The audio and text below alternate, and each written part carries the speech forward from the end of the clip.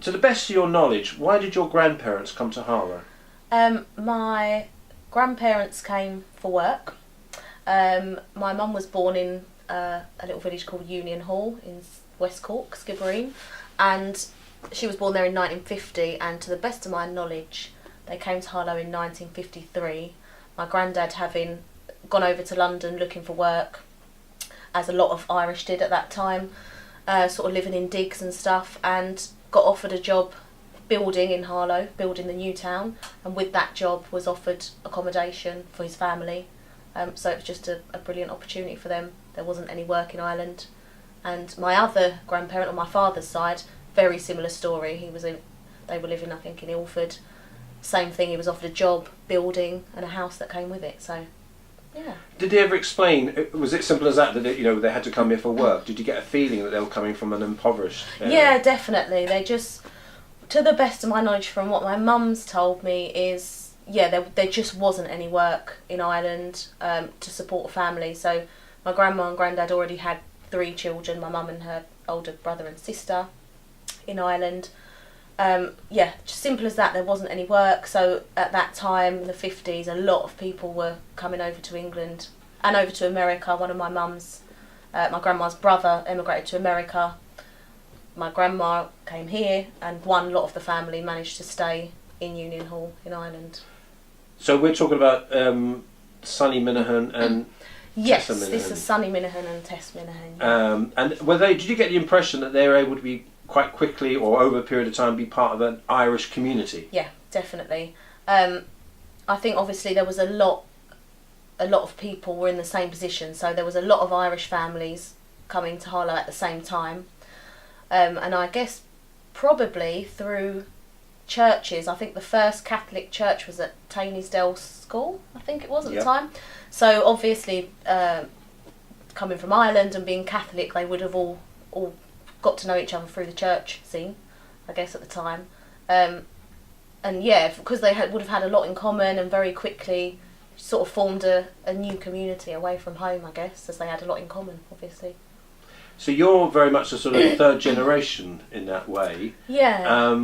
How, from your point of view, how Irish are you and how English are you? I think I'm very Irish, really.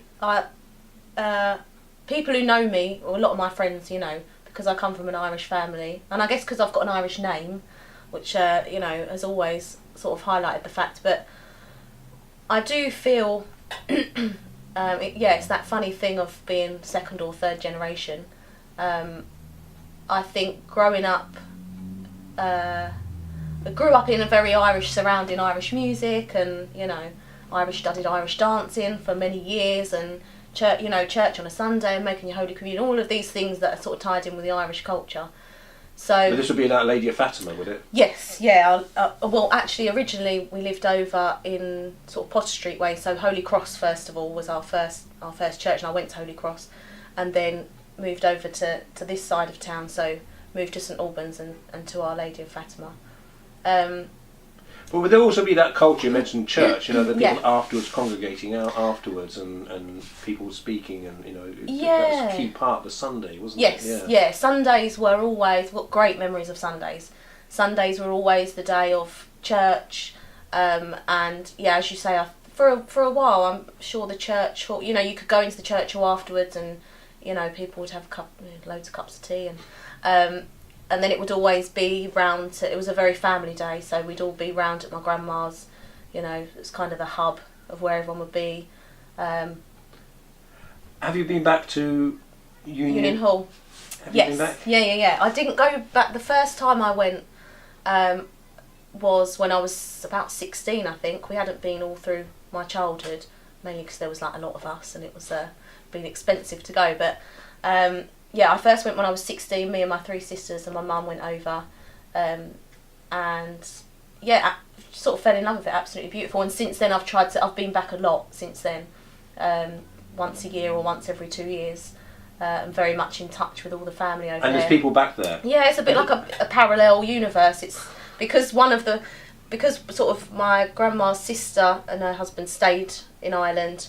My grandma and granddad came here, and then another one went to America. It's a bit like having 3 parallel universities. So yeah, got a whole nother family over there as well. And did they describe it as home? Did they say you've come home? Who the family in Ireland? Yeah. No, it's really funny actually, because sort of the cousins, well I guess they'd be second cousins, but they think we're very English, you know. They kind of make jokes about the Queen and being British and all this kind of thing.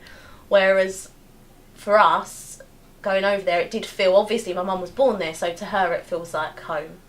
But I think for my generation it was, they say, no, you're English. And over here sometimes people go, no, you're Irish. So it's that funny.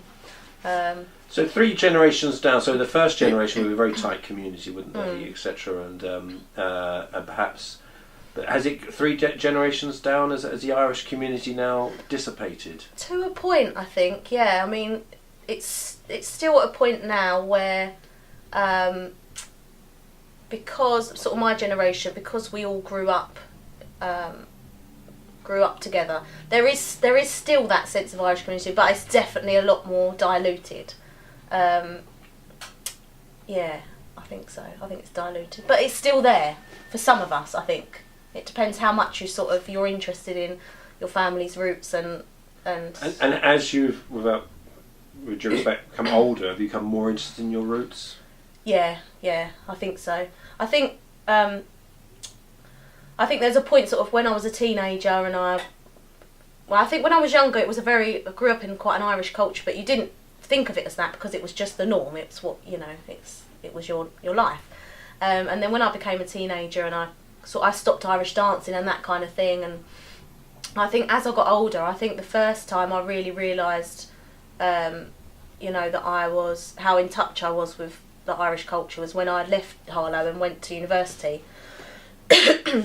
And I was in Kingston in Surrey, southwest London, and there wasn't an Irish community there as such, and it made me realise that there was one in Harlow, and I really missed that when I was away. So I think and then I think as well as, just as you get older and you want to know about the stories about your parents or your grandparents, and my dad's dad came from Northern Ireland as well to Harlow, so just wanting to know all the history, and I'm really into all of the history of stuff anyway.